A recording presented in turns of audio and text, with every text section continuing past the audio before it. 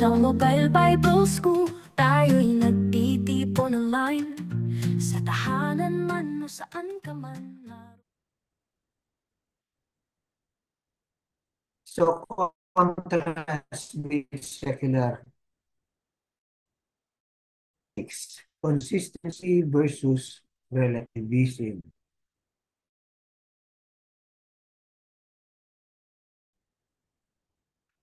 Biblical ethics are built on absolute truth, while secular ethics often embrace subjective standard. Yun absolute truth, ibig sabihin ay yun yung ultimate standard.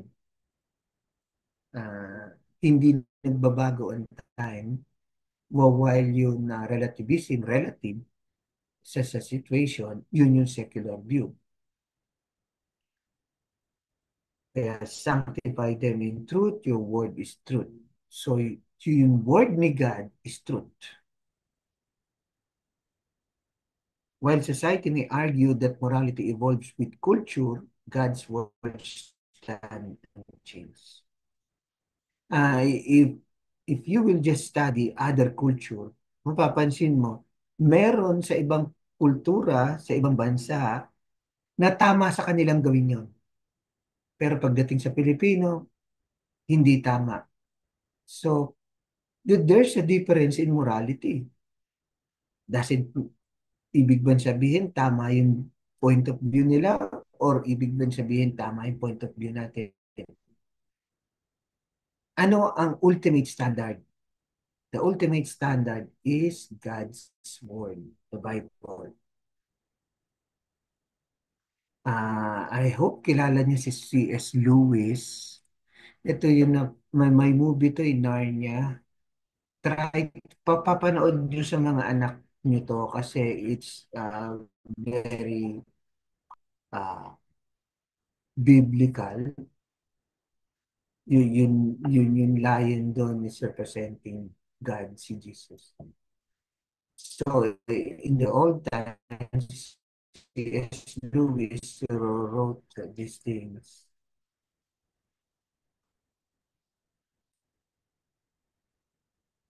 Warn us against danger of relativism, stating that society, untethered from absolute truth, ultimately undermine its moral foundation.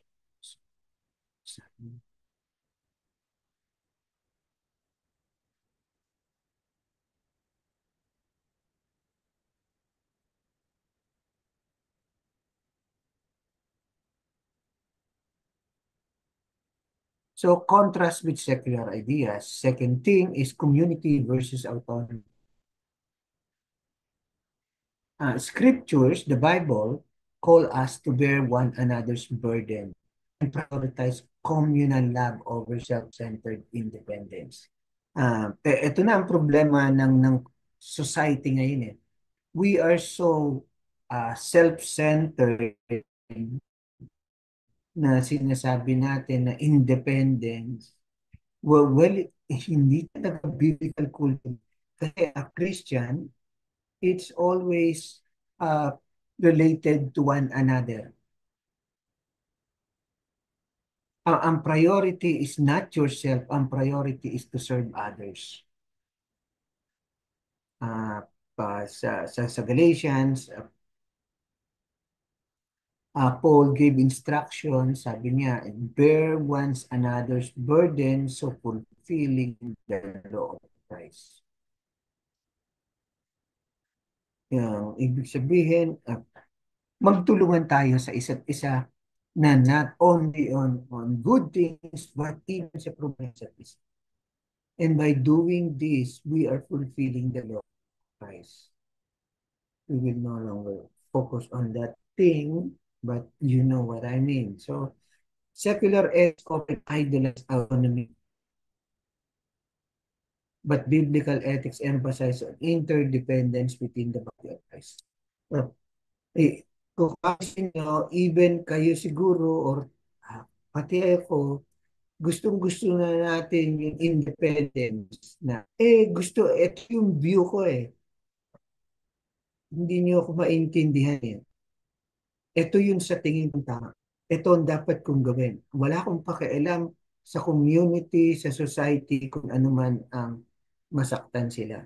Well, it doesn't work that way as Christians because God created us to interrelate, mag-relate sa bawat isa. That's why, remember, uh, yung golden rule, love God and love one another. Madadaanan natin yan later. So, the third one is conviction versus consensus.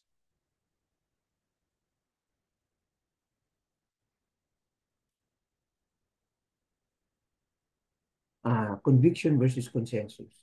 God's authority, not human opinion, guide our ethics. Right? Ito ang kadalasang downfall ng society, and even ang masakit is even us ng mga Christian is we trust yung human opinion because mukha naman tama di ba? And and yung sinasabi ko na secular views uh, mukhang tama in one sense, but pag tinignan mo sa authority ng Bible, God's authority, hindi po talaga tama. Uh, ano bang mga example? Well, one yun, same-sex marriage. Uh, accepted na ng society, marami na ina-accept.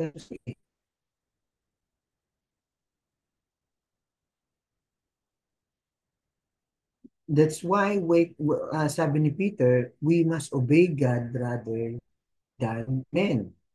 So, kapag nag-contradict ka sa worldview, sa secular ethics, sa point of view ng mundo, mahirap. Kontrabida ang dating mo. Ngunit ang instruction sa atin ni God is we must obey God rather than men. So keep the faith. It means persecution? Yes. You will be persecuted. You will be treated outcast. Well, in our standard, buti na nga, outcast lang. Well, in the time, no, the first century, hindi ka lang outcast, pwede ka pang patayin. So, when societal trend conflicts with God's command, believers must choose conviction over consensus. So, when worse comes to worse, make a stand. So, anong effect niyan? Maaari ka makulong. May sa US, may gustong mag-ikasal na ah, parehong babae. At sabi ng hindi ko pakasal yan dahil tradicting sa Bible yan. Ang nangyari, nakulong yung pastor kasi nasa batas na ngayon sa some states, hindi lahat sa US. There are state na kapag hindi mo ginawa yung equality, they call it now equality, pwede kang kasuhan because hindi mo trinit equally. So, kita mo yung human point of view. So, they making yung mga mali, tinatama na ngayon. And when you oppose that, pwede kang makulong.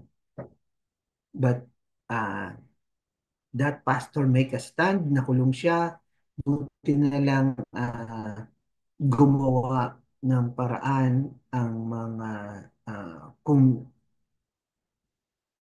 tawag doon, yung organization ng mga Christian sa US na hawak din itong pastor na to. I think 3 years ago lang yun, 4 years ago. Now, sabi ni Francis Schaeffer said, how the church's role is to stand firm against cultural pressure that compromise biblical truth.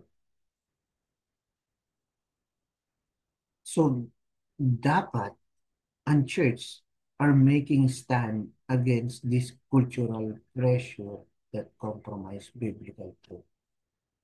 Ang problema is takot na ang mga churches na mag-oppose even yung mga practices na yon ay ah, against na sa teaching ng Bible, kagaya ng abortion. Wala eh, walang ginagawa yung mga churches natin eh, di ba? At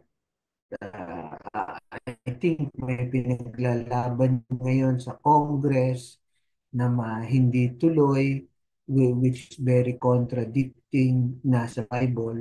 And there are some Christian group na pinaglalaban even sa Kongreso sa Pilipinas.